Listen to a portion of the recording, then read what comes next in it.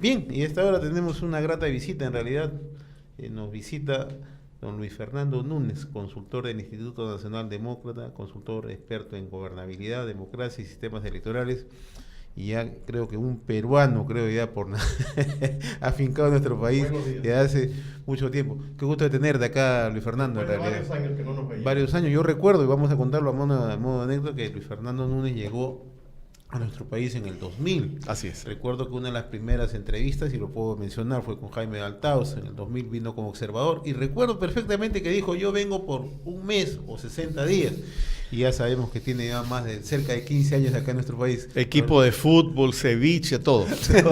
Qué gusto de tenerte. Igualmente. Hemos querido invitarte, Luis Fernando, en realidad apelando a tus conocimientos como en calidad, digamos, ya de observador, de visionario, de ver de cerca el recorrido político de nuestro país. ¿Cuántos procesos has observado, políticos has observado tú en estos? Bueno, son 35 años metidos en esto, Ya. debe ser alrededor de unos 100 procesos, 100 procesos en todo el mundo. Y el Perú tiene su particularidad, ¿no? Tiene, sin duda. Estas elecciones, a pesar que hay marcadas diferencias, tiene algunos de los sobresaltos que vivimos en el año 2000, ¿no? No creo que evidentemente tengamos un sistema electoral como teníamos en el 2000, tenemos un sistema distinto y mejorado, pero sí hemos vivido en las últimas semanas una serie de sobresaltos y bueno, a todo hay que encontrarle un culpable, ¿no? Y yo sí creo definitivamente que a pesar que la ciudadanía es un poco desatendida, desinteresada en el campo de la política y solamente llega a ella cuando viene el momento electoral, en todo caso, eso pudiera decir, todos somos culpables, pero algunos son más culpables que otros. Por ejemplo, la Comisión de Constitución del Congreso, donde durante 4 años estuvimos peleando por una reforma electoral y lo que ellos terminaron aprobando fue una especie de colcha de retazos de 3 o 4 normitas al aire porque les convenía, y lo que no les convenía, pues no lo aprobaron. A mí me dijeron varios, pero profesor, esas cosas electorales, esas normas, eso no le interesa a la gente. Bueno, ahí tenemos la consecuencia.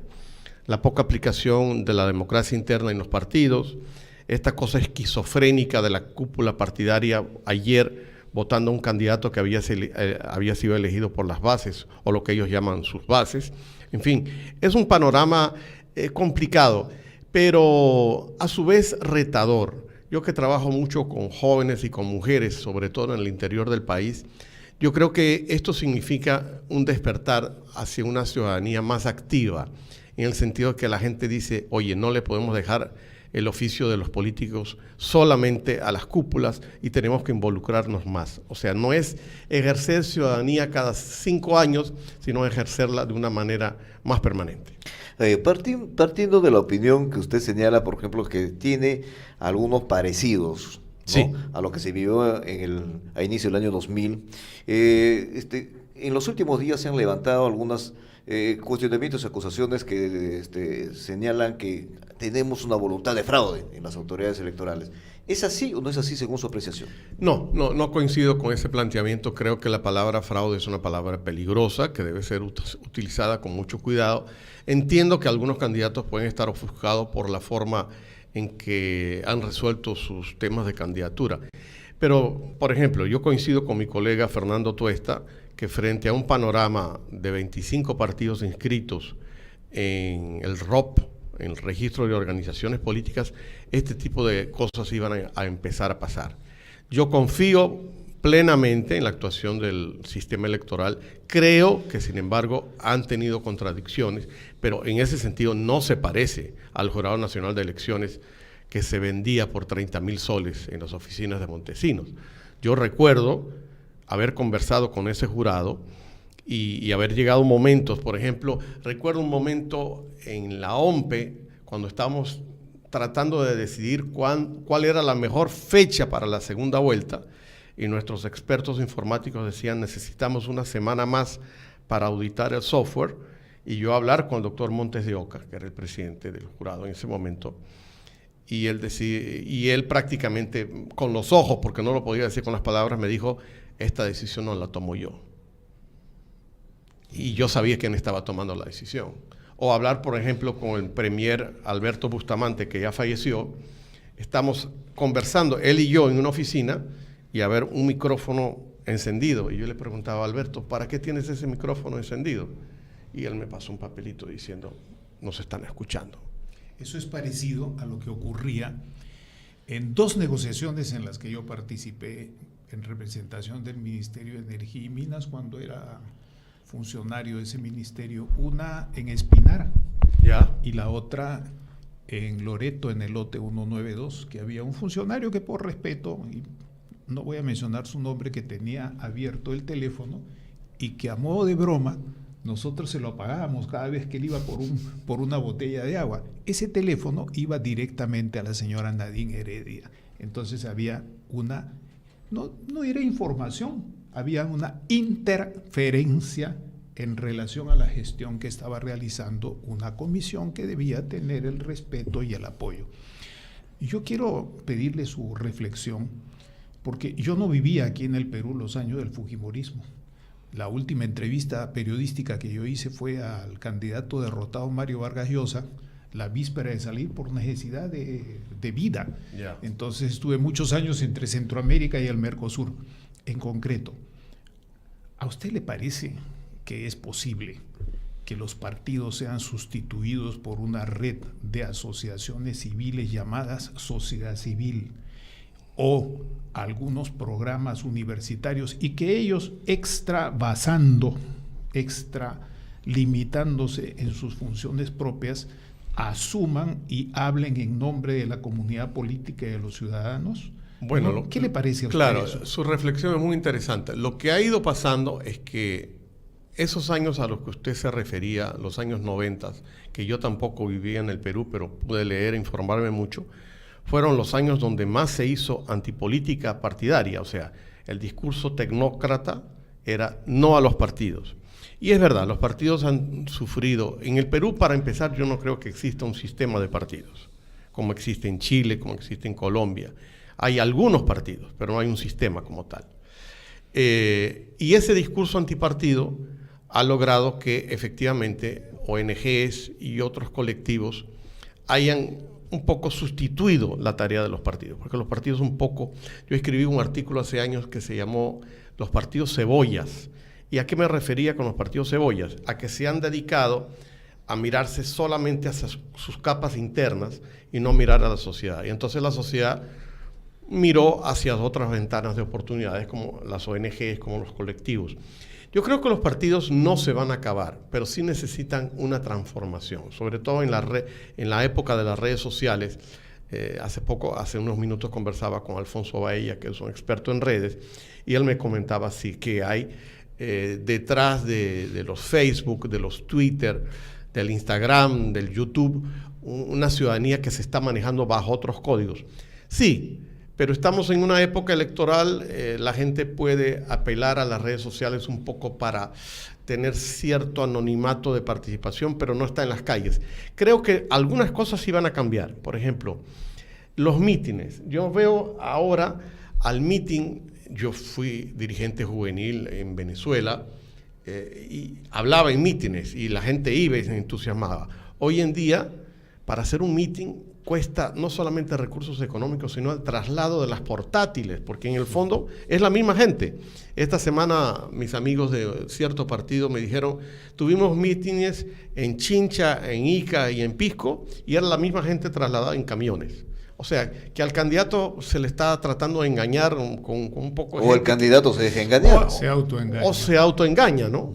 Entonces, creo que la política va a cambiar en ese sentido, pero sí los partidos van a permanecer. Bueno, pero y acabamos de ver el expresidente Alan García molesto en una plaza. Porque en Chimbote no había gente. No había gente, la portátil había fallado, ¿no? Claro, eso ya empezó a cambiar. Ya empezó a cambiar. O sea, ya no es la plaza, ya no es ganar la plaza. Ya no es ganar la plaza. Pero hay otro tema, ahí, el tema de la institucionalidad que usted mencionaba hace un momento, por ejemplo, y su discusión que tenía anteriormente para decir, bueno, que a nadie le interesaba esto y bueno, y las consecuencias que tenemos de no haber puesto los puntos sobre las sillas en el momento adecuado, sí, es los resultados que vemos ahora. Así es. Pero quizás esto viene de lo siguiente, nosotros podemos percibirlo, soy un docente universitario, entonces empezamos un poco a hurgar en los muchachos que algunos temas de carácter político, porque en la universidad también se prohibía en ese momento, te habla mucho de política, porque Sí. te denunciaban al decano, el decano te votaba. sacaba inmediatamente, ¿por qué estás haciendo política? ¿No? Así es. Entonces, un tema, punto uno. Y el otro es el asunto de que la institucionalidad, pues la gente en su mirada pragmática no lo percibe, ¿no? No es el salario que recibe a la semana o la remuneración que recibe a fin de mes, y que Es si correcto. le falta eso, no puede vivir sin eso, ¿no? Dice, bueno, ¿para qué me sirve esto? ¿No? Sí.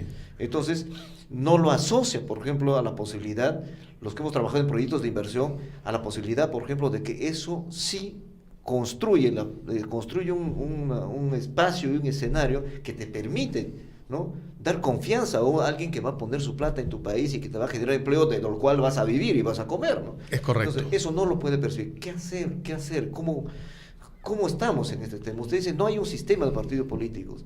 Y es raro, pues es porque en realidad, por ejemplo, en las elecciones regionales pasadas, ¿no?, hay partidos que han renunciado implícitamente, ¿no?, a participar en elecciones municipales y regionales, que son la base, que serían el núcleo para la construcción de organizaciones políticas sólidas. ¿Hacia dónde caminamos? Mira, tenemos que caminar hacia una reconstrucción del sistema político en el Perú, porque como dije antes, se han aprobado apenas algunas reformas espurias, por darle un nombre. Como nos están viendo y oyendo en las emisoras del interior del país, eso es otra cosa. Los partidos políticos nacionales prácticamente han desaparecido de la esfera regional. Han sido sustituidos por los movimientos regionales, que en el fondo, y me van a perdonar los dirigentes regionales que me escuchen, son una cosa parecida a los partidos, pero yo voy mucho a Ayacucho y veo a los dirigentes cada 5 años cambian de movimiento regional, un poco apelando a la memoria, a la poca memoria ciudadana que tiene la gente. Entonces aparecen con un color, a 5 años aparecen con otro color. Yo creo que hay una gran necesidad de una reforma a fondo y que también la gente, sobre todo jóvenes y mujeres, ingresen a los partidos de una manera fuerte. Si se les cierra la puerta, que entren por la ventana. Si se les cierra la ventana, que tumben la pared y entren. Creo que hay una necesidad de cambio. Yo confiaba que estas elecciones, porque he participado en varias, como les expliqué, fuesen un momento, una oportunidad de cambio. Y lamentablemente estamos viendo lo peor de la política. Estamos trasladando esa informalidad que vemos en las calles al campo de la política.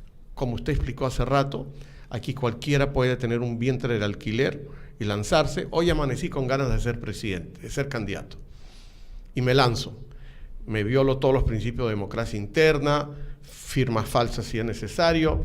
Entonces, eso es un pésimo ejemplo que le estamos dando. Por eso yo apelo a la fuerza de los jóvenes, a la fuerza de las mujeres, que son más de la mitad de la población, para que intentemos cambiar esta figura de los partidos. Y tiene que ver con esa reflexión de si las ONGs y otros grupos están sustituyendo. Creo que están complementando una ausencia que había en la forma de hacer política. Pero la figura de los partidos lo que necesita es renovación. Hay una gran tendencia, por ejemplo, ahora a las redes sociales. Hay unas tendencias muy interesantes que he leído también. Por ejemplo, cómo influencian los niños sobre el voto de los padres. Cosa que en el pasado no era así. Otra figura, el maltrato a los animales, a las mascotas, tiene costo político. Antes ni siquiera se hablaba de eso. Estuve haciendo una investigación, hay más de 8.000 partidos animalistas en el mundo. Partidos que van a la arena política para defender derechos de las mascotas, por ejemplo. Eso eran cosas que hace 20 años era impensable. Sí, son parte de lo que hoy día llamamos las megatendencias. Las megatendencias. La naturaleza, etc. Es Pero yo quiero hacerle una pregunta muy, muy particular. Usted, que tanta experiencia tiene con una visión comparativa, ¿podría decirse que las redes no tienen un centro de operación? Le pongo el ejemplo de Baella. Sí. El último ejemplo, el último programa del señor Baella, excelente por lo demás, Sí. muy pluralista, tuvo como invitado al doctor Pancho Tudela. Sí. Y Pancho Tudela es un añorante del ancien régimen, y lo que él hizo fue decir, el Perú empieza a ponerse mal con Velasco y todo lo demás es así, lo cual no dice bien de su trayectoria intelectual, que respeto. Ese es un tema. Las redes tienen centros de decisión Sí tienen, y por de supuesto. poder. Absolutamente. Y segundo, ¿hay algún país que usted conozca en el que tenga una cultura política y una comunidad política de partidos, de ONGs, de universidades, donde se haya extirpado la enseñanza de la historia del Perú, de la geografía del Perú, de la ética, de la filosofía, de la economía política y de la educación cívica? Creo que los meses que he pasado en Uruguay he visto un país que, a pesar de ser pequeño, tiene una cultura política muy interesante de analizar. No es por casualidad que haya salido ahí un presidente como José Mujica. En Uruguay tú puedes conversar de política, de alta política, con P mayúscula, con chicos de 14 años. Acá es bien complicado. Hace unas semanas atrás un canal de televisión se fue al centro de Lima con una foto de Abimael Guzmán y la mostró en el Jirón de la Unión a chicos de 14, 16, 20 años, y los chicos contestaban que esa era la foto de Gabriel García Márquez. O de Miguel Grau. O de Miguel Grau. Así, ahí vemos el problema educativo que tenemos, ¿no? No, pero es que eso, perdóname, sí, Carlos, quiero redondear. Para mí, esa extirpación de la identidad y de la historia y de la cultura nacional es sumamente grave. Y le voy a Es decir muy grave. hasta dónde se expresa. Ayer participaba invitado en una presentación de los requisitos y del informe de la OECD, Organismo Internacional de Cooperación, con el Perú, que ha solicitado su inscripción. Su ingreso. Y miren ustedes, solo una persona en toda la mañana mencionó la palabra política y poder. Todo era una visión tecnocrática y de operaciones de modificar la PCM dentro de una esfera como si estuviera aislada del sistema político y no fuera un centro de Pero poder. digo un poco más cercano a una realidad, Manuel. A nosotros nos ha tocado ir a las comunidades, ¿no? Hablar con autoridades comunales, con autoridades locales, con líderes que manejan sus espacios allí, ¿no? A convencerlos de proyectos de inversión. Así es. A tratar de hablar con ellos y ponernos de acuerdo, por ejemplo, sobre la instalación de un proyecto tal, la ejecución de una obra, ya sea de infraestructura o un proyecto de inversión. ¿Y qué cosa es lo que teníamos que hacer? Que como Estado nosotros teníamos que ir y cuidarnos muchísimo de hablar de política. Nos señalaban y nos remarcaban en el contrato. Ya. Si no hablamos de política, si no hacemos política allí para ponernos de acuerdo de cómo querían que nosotros... Entonces mandan ingenieros allí que tratan de explicar el tema a campesinos que no le van a entender ese lado técnico del asunto, claro. porque hay involucramientos de otra naturaleza allí. Y que los líderes, cuando tú les explicas, perfectamente entienden. Entonces decidimos romper un poco las reglas y empezar a hacer política de Estado en esas comunidades. Y vaya que las respuestas eran mucho más, ¿no? Mucho más positivas de lo que esperamos, y los acuerdos y los plazos se acortaban enormemente porque primero nos entendimos allí y después les decimos, ya, ingenieros, vengan, ahora sí expliquen de qué va a tratarse ese proyecto y cuánto y en qué forma esto va a afectar o no va a afectar el medio ambiente que viven o algunos aspectos tradicionales y culturales que puedan verse allí, pero que después va a tener una recuperación positiva para ellos. Pero el Estado, per se, empieza a prohibir a sus propios funcionarios, y si lo hacen con los propios funcionarios, de allí entonces viene también que las currículas empiezan a condicionar, y esas extirpaciones son las consecuencias que vemos ahora. La educación cívica que se ha desaparecido de nuestro sistema educativo, que es gravísimo. Valores, principios, la puntualidad, el respeto a la opinión del otro, la tolerancia, todo eso se ha perdido, lamentablemente. Y a lo que usted se refiere es realmente volver a hablar de política con P mayúscula, porque lo que hemos visto en los últimos años es politiquería barata. Y el joven a veces no ve la diferencia entre politiquería y política. En nuestros tiempos se hablaba de la gran política, el servicio al otro.